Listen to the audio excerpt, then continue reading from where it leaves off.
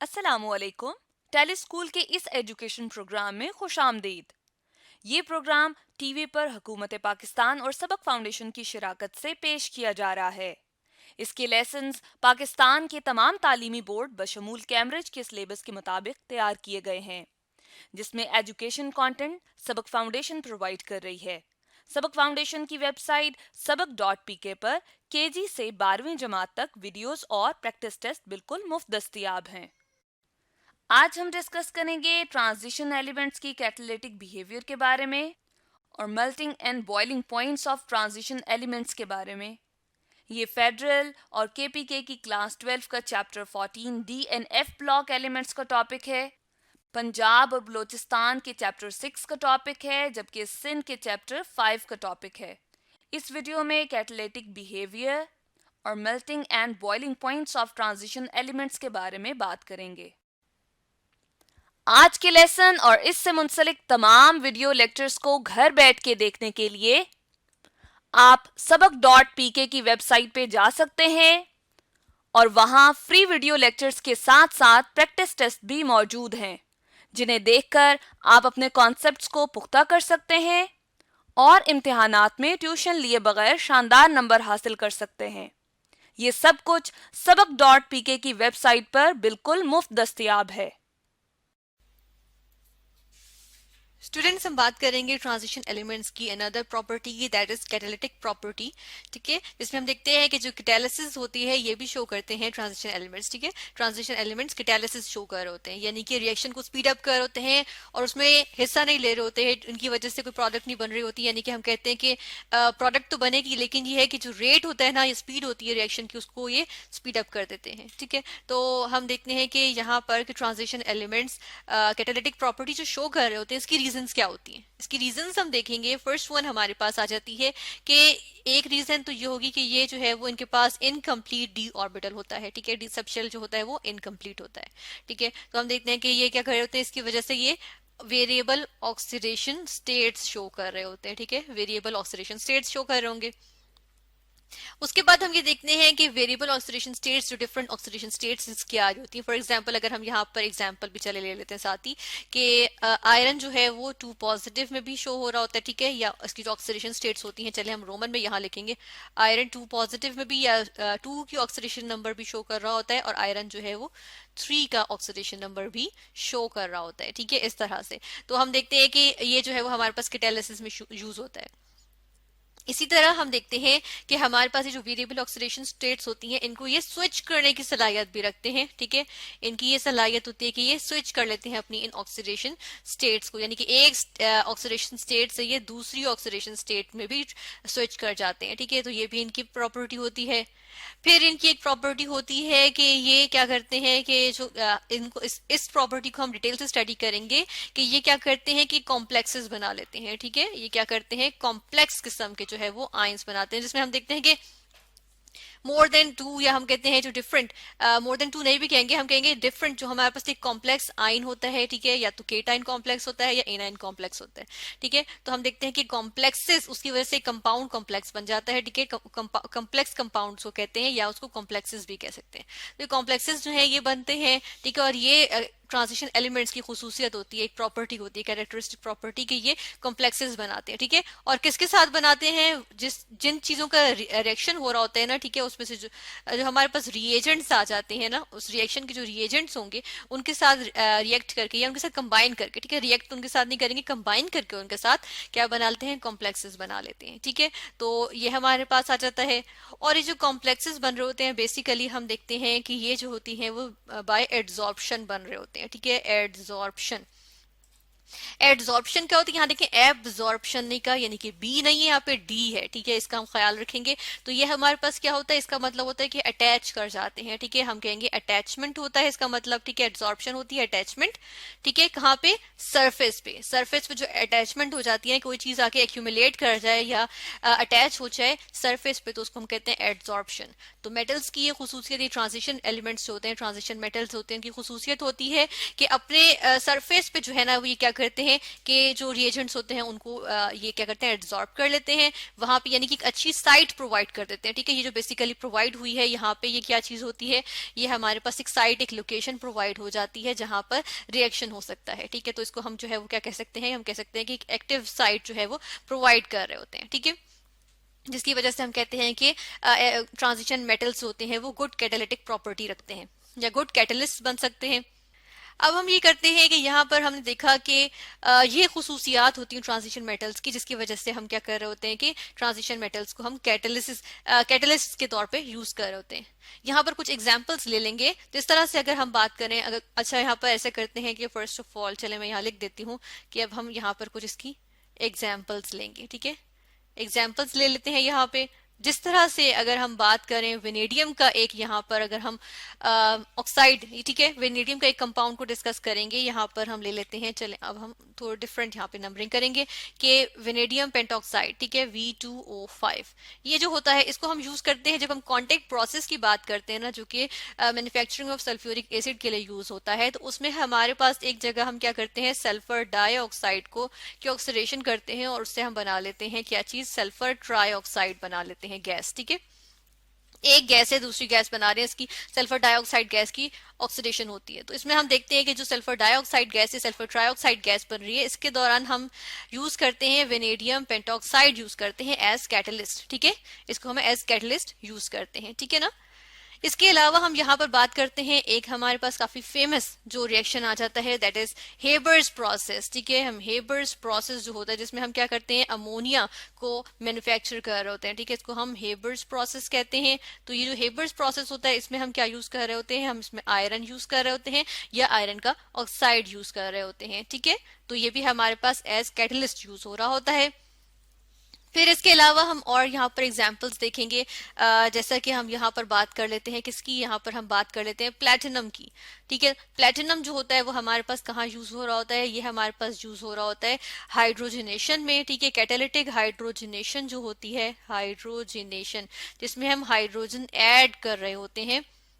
Hydrogenation यानी कि हमने कहा जिस तरह से कि हाइड्रोजन जो है वो ऐड कर रहे होते हैं। अब किस में ऐड कर रहे होते हैं, जो हमारे पास अनसेचुरेटेड से जो है वो हम सेचुरेटेड कंपाउंड से हाइड्रोकार्बन्स बना रहे होते हैं। ठीक है, यानी कि हम वेजिटेबल ऑयल से क्या बना रहे होते हैं, घी भी हम बना रहे होते हैं। तो उसके लिए भी जो मैन्युफैक्चरिंग होती है तो उसमें हम क्या यूज कर रहे होते हैं, उसमें जो कैटलिस्ट यूज हो रहा होता है वो हमारे पास प्लेटिनम होता है। ठीक है, इसी तरह हम देखते हैं कि जिस तरह से हमने यहाँ पर प्लेटिनम यूज किया हाइड्रोजनेशन के लिए, क्योंकि वो भी एक रिडक्शन का प्रोसेस है, इसी तरह निकल भी हम एज कैटलिस्ट यूज करते हैं। और किस में यूज करते हैं, हम सेवरल रिडक्शन के प्रोसेसेस में हम क्या यूज कर रहे होते हैं, निकल को हम यूज कर रहे होते हैं। ठीक है, तो रिडक्शन के प्रोसेसेस में हम क्या यूज कर रहे हैं, निकल एज कैटलिस्ट यूज कर रहे होते हैं। ठीक है, यहाँ पर हम एक और कैटलिस्ट की बात कर लेते हैं, कॉपर की बात कर लेते हैं। ठीक है, अब हम बात करेंगे कॉपर की।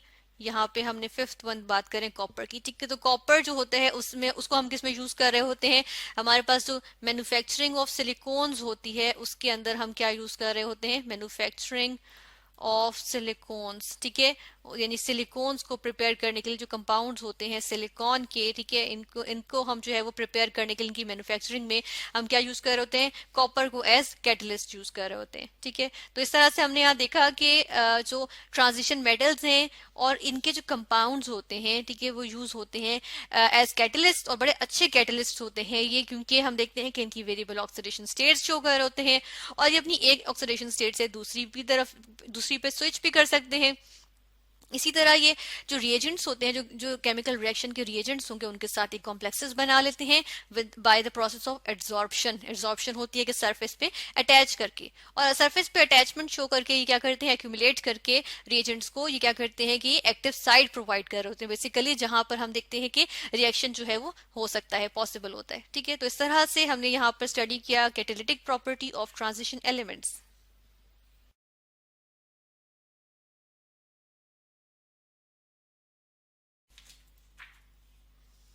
स्टूडेंट्स हम बात करेंगे एक और कैरेक्टरिस्टिक प्रॉपर्टी या general characteristic of melting and boiling point of transition elements. ठीक है, ट्रांजिशन एलिमेंट्स की एक और जनरल कैरेक्टरिस्टिक देखेंगे, मेल्टिंग एंड बॉइलिंग पॉइंट्स देखेंगे इनके। ठीक है, तो ट्रांजिशन एलिमेंट्स जो होते हैं या ट्रांजिशन मेटल्स जो होते हैं, इनके हम देखते हैं जो मेल्टिंग पॉइंट यानी कि वो टेम्परेचर जिसपे हमारे पास जो सब्सटेंस होता है वो मेल्ट कर जाता है, यानी सॉलिड से लिक्विफाई हो जाता है। ठीक है, लिक्विड में कन्वर्ट हो जाता है। और जो टेम्परेचर इसके ऊपर लिक्विड से वेपर्स में या गैशियस फॉर्म में चला जाता है सब्सटेंस, तो वो टेम्परेचर होता है बॉइलिंग पॉइंट। ठीक है, तो हम मेल्टिंग एंड बॉइलिंग पॉइंट देखेंगे ट्रांजिशन एलिमेंट्स के लिए, और देखते हैं हम ये कि जो मेल्टिंग एंड बॉइलिंग पॉइंट्स होते हैं वो ट्रांजिशन एलिमेंट्स के लिए हाई होते हैं। ठीक है, इसकी वजह भी ये होती है कि इनके अंदर जो मेटेलिक बाइंडिंग होती है वो स्ट्रॉन्ग आ जाती है। ठीक है, मेटेलिक बाइंडिंग जो होती है या मेटेलिक बॉन्डिंग भी इसको कहते हैं, जो हम पहले स्टडी भी कर लिया हमने, मेटेलिक बाइंडिंग की बात की थी, तो वो हमारे पास क्या होती है, इनमें स्ट्रॉन्ग होती है। ठीक है, जिस तरह से हम पहले यहाँ पर देखेंगे कि इससे पहले हमने क्या बात की थी, बाइंडिंग एनर्जी की बात की थी या मेटेलिक बाइंडिंग की बात की थी और इलेक्ट्रॉन बाइंडिंग एनर्जी की बात की थी। उसमें हमने क्या कहा था, उसमें हमने यहाँ पर ही कहा था कि जिस तरह से अगर हम यहाँ पर फर्स्ट ट्रांजिशन सीरीज की बात करें, क्योंकि मेल्टिंग एंड बॉइलिंग पॉइंट को हम मेटेलिक बाइंडिंग से ही यहाँ पर क्या करेंगे, इसको हम रिलेट करेंगे। तो यहाँ पर देखिएगा स्कैंडियम से स्टार्ट लेते हैं। स्कैंडियम के बाद जिस तरह से हमने देखा था कि टाइटेनियम देन वेनेडियम हमारे पास इंक्रीज आता है। ठीक है, यहाँ पर ये देखा था, और उसके बाद फिर डिक्रीज आता है थोड़ा सा क्रोमियम पे, देन डिप आता है मैग्नीज पे, एंड फाइनली इंक्रीज आता है आयरन पे, थोड़ा सा और इंक्रीज आता है कोबाल्ट पे, एंड उसके बाद जिंक तक हमारे पास इसमें डिक्रीज आता है, किसमें, मेटेलिक बाइंडिंग में। ठीक है, और इसकी पूरी रीजनिंग हमने देखी थी, पूरा एक्सप्लेन इसको किया था।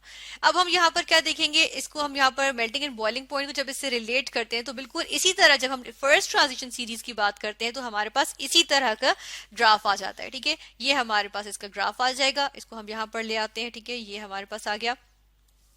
इसमें देखिएगा कि बिल्कुल उसी तरीके से स्कैंडियम से अगर हम यहाँ से स्टार्ट लें, ठीक है, इसको हम देखते हैं कि जो ये जो हमारे पास ब्लूइश है ये मेल्टिंग पॉइंट के लिए, और जो ये पिंक कलर की लाइन है ये हमारे पास बॉइलिंग पॉइंट की लाइन है। ठीक है, तो अब देखिएगा स्कैंडियम, ये रहा, स्कैंडियम से जब हम जाते हैं, चाहे नीचे वाला ग्राफ देखिए मेल्टिंग पॉइंट का, चाहे बॉइलिंग पॉइंट का देखें, स्कैंडियम से ऊपर हम जाते हैं वेनेडियम तक तो हमारे पास इंक्रीज आ रहा है, देन हमारे पास क्रोमियम पे थोड़ा डिक्रीज आ रहा है, और उसके बाद मैग्नीज पे हमारे पास अगेन डिप आ रहा है। ठीक है, यहाँ पे हम देख रहे हैं, और उसके बाद आयरन पे इंक्रीज आ रहा है, कोबाल्ट पे थोड़ा सा और इंक्रीज आ रहा है, और उसके बाद निकल से आगे इसका जिंक तक हमारे पास जो है वो डिक्रीज आ रहा है। ठीक है, तो ये हमारे पास कुछ क्या आ जाते हैं, ये हमारे पास कुछ मेन पॉइंट्स आ जाते हैं इसके, और हम देख रहे हैं हमने इसको किससे रिलेट कर रहे हैं, बाइंडिंग एनर्जी से रिलेट करते हैं। क्योंकि बाइंडिंग एनर्जी में हम क्या देखते हैं कि हमारे पास बाइंडिंग एनर्जी या मेटेलिक बाइंडिंग की जो हम बात करते हैं उसमें हमने कहा था कि हमारे पास जो अनपेयर्ड इलेक्ट्रॉन्स होते हैं, अनपेयर्ड इलेक्ट्रॉन्स, वो हमारे पास जब इंक्रीज कर रहे होते हैं, हमने कहा वेनेडियम तक, फर्स्ट ट्रांजिशन सीरीज में हमने कहा था कि वेनेडियम तक हमारे पास अनपेयर्ड इलेक्ट्रॉन्स इंक्रीज करते हैं। बेसिकली वो इंक्रीज तो क्रोमियम तक करते हैं, लेकिन क्रोमियम में हमारे पास हाफ फिल्ड शेल आ जाता है, जिसमें हम देखते हैं कि न्यूक्लियर क्योंकि उसमें ऑर्बिटल इंट्रा ऑर्बिटल रिपल्जन जो होती है वो हमारे पास डिक्रीज हो जाती, सॉरी डिक्रीज कर जाती है, इसकी वजह से न्यूक्लियस के साथ अट्रैक्शन और ज्यादा हो जाती है। फिर हमने ये भी देखा था 3D ऑर्बिटल जो होता है वो अबिट कॉम्पैक्ट होता है, क्योंकि ये एनॉमलस बिहेवियर थोड़ा सा शो करता है as compare to other D orbitals. ठीक है, जैसे कि 4D हो गया, 5D हो गया, तो यहाँ पर कॉम्पैक्ट होता है, अबिट कॉम्पैक्ट होता है, जिसकी वजह से हम देखते हैं कि और ज्यादा न्यूक्लियर अट्रैक्शन होती है। ठीक है, तो कम अनपेयर्ड इलेक्ट्रॉन्स ऑफर करता है इलेक्ट्रॉनिक सी के लिए, क्रोमियम की जब हम बात करते हैं। ठीक है, तो और इसके अलावा हम जब मैग्नीज की बात करते हैं, इवन लेस हमारे पास यहाँ पर इलेक्ट्रॉन्स आ जाते हैं for electronic sea in metallic binding. ठीक है, तो उसकी वजह से हम देखते हैं मेटेलिक बाइंडिंग इनमें इतनी ज्यादा स्ट्रॉन्ग नहीं होती, इसलिए देखें मेल्टिंग एंड बॉइलिंग पॉइंट भी कॉन्सिक्वेंटली डिक्रीज कर रहे हैं। ठीक है, तो उसी के बिल्कुल हम मेटेलिक बाइंडिंग के साथ जब हम इसको रिलेट करते हैं तो हमारे पास देखिए बिल्कुल वैसे ही तरीके से हमारे पास ग्राफ आ जाता है। ठीक है, फिर इसके अलावा हमने यहाँ पर एक और चीज का ग्राफ देखा था, हमने पीरियड 6 के लिए यहाँ पर देखा था, और उसमें हमारे पास 5D के लिए हमने देखा था कि जो टंगस्टन है इसके लिए हमारे पास मैक्सिमम मेटेलिक बाइंडिंग थी, है ना। तो हम यहाँ पर देखते हैं कि जब हम बात करते हैं, यहाँ पर हम आ जाएंगे, ये हम देखेंगे कि ये ग्राफ जो हमारे पास है ये किसके लिए है, पीरियड 6 के लिए यहाँ पर देख लेते हैं। ठीक है, पीरियड 5 में भी अपना ट्रेंड फॉलो होगा, लेकिन हमने बात चूंकि पीरियड 4 और पीरियड 6 की थी, यहाँ पर पीरियड 6 को देखेंगे। ठीक है, तो पीरियड 6 में हम देखते हैं कि यहाँ पे जो हमारे पास जो टॉप पे आ जाती है, किसके लिए आ जाती है, ये हमारे पास आ जाती है, इसको थोड़ा डार्कर वे में हम लिखेंगे, ये हमारे पास आ जाती है टंगस्टन के लिए। डब्ल्यू किसके लिए है, डब्ल्यू हमारे पास होता है टंगस्टन। ठीक है, टंगस्टन होता है, तो टंगस्टन के लिए हमारे पास मैक्सिमम आ जाएगी, जिस तरह से हमने ऊपर देखा था कि मेटेलिक बाइंडिंग इसके लिए स्ट्रॉन्गेस्ट होती है। ठीक है, तो इस तरह यहाँ पे हमारे पास इनमें metallic melting point and boiling point का ट्रेंड होता है, ठीक है। यहाँ पर जस्ट हम मेल्टिंग पॉइंट देख रहे हैं डिग्री सेल्सियस में, और इसको अगेंस्ट लिया हुआ हमने ग्रुप नंबर के, ठीक है। तो ये हमारे पास यहाँ पे हम देख रहे हैं कि हमारे पास मैक्सिमम आ जाता है। किसके लिए आ रहा है, ये देखिए ऊपर हम जाते हैं तो हमारे पास किसके लिए आ रहा है, ग्रुप 6 के लिए, ठीक है। या हम कहते हैं 6B जो ग्रुप होता है ना, उसके लिए हमारे पास ट्रेंड आ रहा है, ठीक है। तो यहाँ पर हमने इसको भी देख लिया, और हमने यहाँ पे अब देखिए ये थोड़ी सी लाइन टेढ़ी हो गई, वरना हम यहाँ पर हम देखते हैं कि ये भी हमारे पास क्या आ रहा होता है, ये भी हमारे पास होता है 6B ग्रुप, ठीक है। ये भी क्या है, 6B ग्रुप है, ठीक है। तो यहाँ पर हमने ये भी लिख दिया।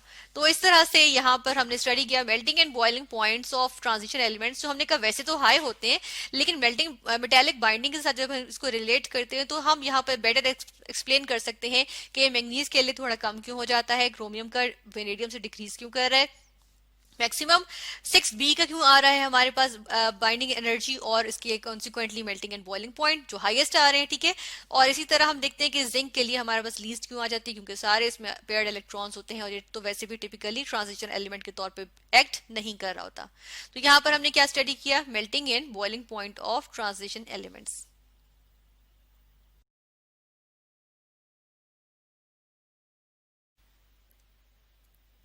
स्टूडेंट्स हम देखेंगे कि ट्रांजिशन एलिमेंट्स क्या होते हैं। थोड़ा सा इंट्रोडक्शन ले लेते हैं ट्रांजिशन एलिमेंट्स के बारे में। तो ट्रांजिशन एलिमेंट्स बेसिकली जब हम बात करते हैं तो ये हमारे पास आ जाते हैं जिनको ट्रांजिशन मेटल्स भी कहते हैं, ठीक है। तो जो मेन ब्लॉक एलिमेंट्स हैं उनके दरमियान एक ब्रिज का काम दे रहे होते हैं ये एलिमेंट्स, ठीक है। और ये मेटल्स होते हैं सारी की सारी, इसलिए हम इनको ट्रांजिशन मेटल्स कहते हैं। तो ये ब्रिज या ट्रांजिशन जो बीच में होती है मेन ब्लॉक एलिमेंट्स के दरमियान, तो उसको हम कहते हैं कि वो क्या होती है, वो हमारे पास ट्रांजिशन मेटल्स या ट्रांजिशन एलिमेंट्स कहलाते हैं, ठीक है। अब ये जो एफ ब्लॉक एलिमेंट्स नीचे आ रहे हैं इनमें भी बेसिकली हम देखते हैं कि यहाँ पर हमारे पास होता है लेंथेनम, और यहाँ पे हमारे पास होता है एक्टीनियम, जो कि यहाँ पर जो दो होल्स हैं बेसिकली ये यहाँ पर होते हैं, और इनके आगे कुछ 14 एलिमेंट्स की सीरीज जो है यहाँ कंटिन्यू हो रही होती है, जिनको हम लेंथेनाइट और एक्टिनाइट सीरीज कहते हैं, ठीक है। और यहाँ पर जो होते हैं वो ये कंटिन्यू हो रहे होते हैं, जबकि 7th जो ये पीरियड है ये हमारे पास इनकम्प्लीट भी होता है। तो ये भी हमारे पास क्या है, लेंथेनाइट्स और एक्टिनाइट्स, ये हमारे पास क्या है, ये हमारे पास जो है वो ट्रांजिशन एलिमेंट्स होते हैं, ठीक है। फिर हम देखते हैं कि फर्स्ट तो हमारे पास रीजन ये आ गई कि ये क्या कर रहे होते हैं, कि ये ब्रिज का काम कर रहे होते हैं, ठीक है। तो हमने कहा ये ब्रिज का काम कर रहे होते हैं या ट्रांजिशन कर रहे होते हैं बिटवीन मेन ब्लॉक एलिमेंट्स, ठीक है, एस और पी ब्लॉक में इनका इलेक्ट्रॉनिक कन्फिग्रेशन या इलेक्ट्रॉनिक स्ट्रक्चर को लेके चलें। तो देखिए यहाँ पर हमारे पास क्या आ रहा है, फर्स्ट शेल में हमारे पास 1s2 कंप्लीट होता है, ठीक है। और सेकंड शेल में फिर हमारे पास 2s2 कंप्लीट हो रहा है, ठीक है। जबकि यहाँ पी ब्लॉक एलिमेंट्स में फाइनली क्या हो रहा है, 2p6 यहाँ पे कंप्लीट हो रहा है, ठीक है, 2p6। अब होता क्या है कि अगर हम 2n² को लेके चलें, ये जो फॉर्मूला होता है जिसमें हम देखते हैं कि मैक्सिमम नंबर ऑफ इलेक्ट्रॉन्स किसी एक शेल में कितने आ सकते हैं, तो अगर हमारे पास n इज इक्वल टू 3 हो इन थर्ड शेल हो, तो उसमें हमारे पास जो मैक्सिमम नंबर ऑफ इलेक्ट्रॉन्स आ सकते हैं वो आ सकते हैं 18, ठीक है। तो देखिए जब ये 2p6 हो गया, थर्ड पीरियड में हमारे पास क्या होगा, 3s2 यहाँ से कंप्लीट हो रहा होगा यहाँ पे, ठीक है। और यहाँ पर जो है वो 3p6 कंप्लीट हो रहा होता है, ठीक है। अब देखिए ये क्या है, यहाँ पर आके फाइनली जो हमारे पास इलेक्ट्रॉन्स हैं, या देखिए ये थर्ड पीरियड ये रहा, ठीक है, ये थर्ड पीरियड है। तो थर्ड पीरियड यहाँ पर है, और ये सेकेंड पीरियड था, ये फर्स्ट था, और ये फोर्थ है।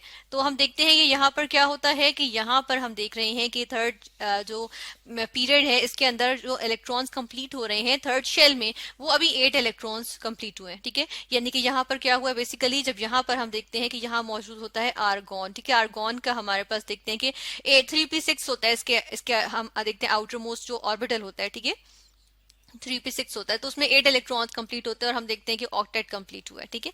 लेकिन हम देखते हैं कि अभी शेल कंप्लीट नहीं हुआ, बिकॉज शेल में मैक्सिमम इलेक्ट्रॉन्स जो है वो 18 आ सकते हैं, है ना। और अभी तो सिर्फ 8 इलेक्ट्रॉन्स आए। तो हम देखते हैं कि उसके बाद जब हम जाते हैं 4s2 में, ठीक है, तो 4s2 कंप्लीट होता है, और यहाँ पे 4p6 कंप्लीट होना है, ठीक है। ये भी क्या हो रहे हैं, 8 इलेक्ट्रॉन्स कंप्लीट हो रहे हैं। लेकिन हम देखते हैं फोर्थ शेल में बीच में 10 जो है वो एलिमेंट्स मजीद आ रहे हैं, ठीक है। और ये जो 10 एलिमेंट्स हैं ये बेसिकली हम देखते हैं अक्रॉस द पीरियड, जब हम जाते हैं फोर्थ पीरियड में, तो हमारे पास ये जो 10 एलिमेंट्स आ रहे हैं इनमें हमारे पास 3d कंप्लीट हो रहा होता है, ठीक है, 3d। अब क्या होता है, 3d1 से चले हम नीचे, या हम इसको नीचे लिख देते हैं, 3d1 से ये 3d10 तक कंप्लीट हो रहा था। और देखिए 3d1 से 3d10 तक कंप्लीट करने में हमारे पास क्या होगा, देखिए जब ये 10 एलिमेंट्स कंप्लीट होंगे तो 8 में 10 और मिलाए तो कितने बन गए हमारे पास, 18 बन जाते हैं, ठीक है। तो बेसिकली ये जो थर्ड शेल था इसमें हम देखते हैं मेन एलिमेंट्स जो थे वो 8 इलेक्ट्रॉन्स कंप्लीट करते हैं, यानी ऑक्टेट कंप्लीट कर रहे थे। तो ये 3d10 के बाद फिर क्या हो रहा है हमारे पास जो है वो 18 इलेक्ट्रॉन्स, यानी कि शेल कंप्लीशन हो रही है, ठीक है।